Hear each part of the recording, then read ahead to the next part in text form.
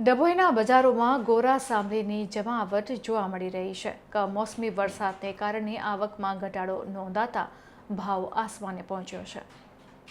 નદી કિનારાના રેતાળ વિસ્તારોમાં કુદરતી રીતે થતી આ મીઠી ગોસાંબલી અત્યારે બજારમાં આકર્ષણનું કેન્દ્ર બની છે. ચાલુ વર્ષે કમોસમી વરસાદે સ્વાદના શોખીનોના ખિસ્સા ઉપર ભાર વધાર્યો છે.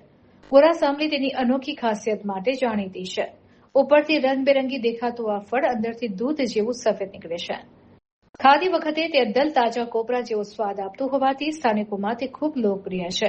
ખાસ કરીને ગ્રામીણ મહિલાઓ અને પુરુષો વહેલી સવારથી એસટી ડેપો અને મુખ્ય બજારોમાં આ ફળ વેચવા ઉમટી પડે છે. પરંતુ ચાલુ વર્ષે ડભોઈ પંથકમાં પડેલા કમોસમી વરસાદને કારણે આ કુદરતી પાકને વ્યાપક નુકસાન થયું છે. પાક ઓછો ઉતરતા બજારમાં તેની આવક ઘટી છે. પરિણામે ગત વર્ષની સરખામણીએ આ વર્ષે ભાવમાં મોટો ઉછાળો જોવા મળ્યો છે.